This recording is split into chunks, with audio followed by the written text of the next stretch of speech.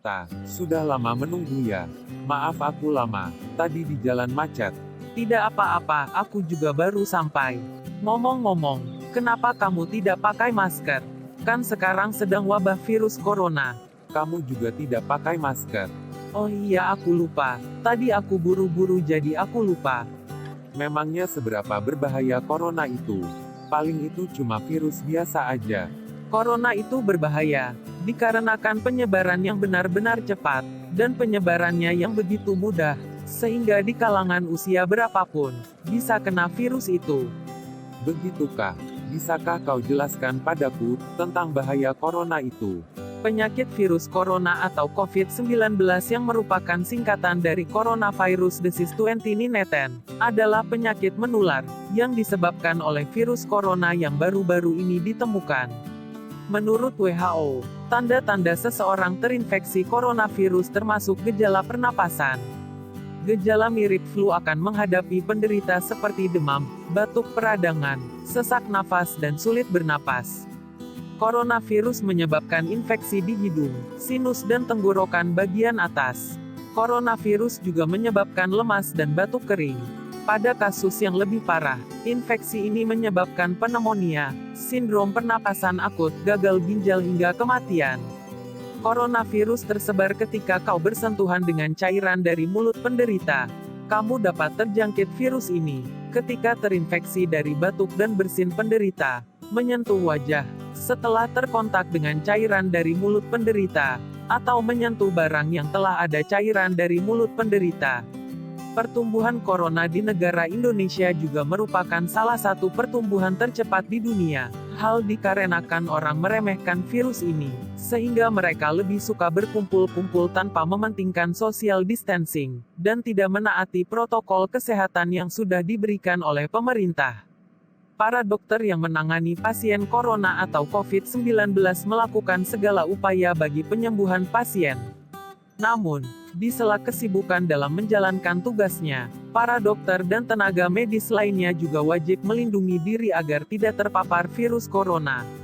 Dengan segala keterbatasan, para dokter melakukan sebisanya untuk menjaga kebersihan. Seperti yang diceritakan oleh Abdul Razak, salah satu dokter yang menangani pasien COVID-19 di Rumah Sakit Muyangkute, Redelong, Bener Meriah, Aceh Utara.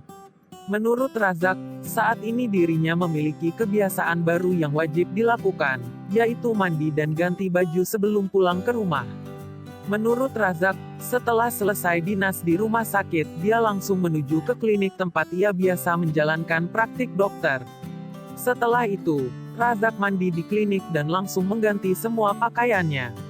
Menurut Razak, sebagian pasien tidak menunjukkan gejala, sehingga para dokter harus lebih waspada. Apalagi, sudah banyak dokter di Indonesia yang dinyatakan meninggal dunia karena virus yang belum ditemukan vaksinnya itu. Razak mengakui alat pelindung diri sangat terbatas. Adapun tenaga medis terpaksa menggunakan kantong sampah akibat keterbatasan alat pelindung diri APD untuk menangani pasien COVID-19. Menurut Ketua Umum Pengurus Besar Ikatan Dokter Indonesia, Daeng M. Fakih, hal ini terjadi lantaran ketersediaan APD tidak dapat mengimbangi lonjakan jumlah pasien positif COVID-19 yang terus meningkat. Selain kantong sampah, kata Fakih, para tenaga medis juga mengakali pelindung diri menggunakan jas hujan dan baju bekas di kamar operasi. Sebab APD hanya bisa dipakai sekali dan harus langsung dihancurkan guna mencegah penularan. Kelangkaan APD dalam penanganan corona menyita perhatian publik. Pemerintah telah mengimpor 105.000 APD dan disebarkan ke seluruh Indonesia.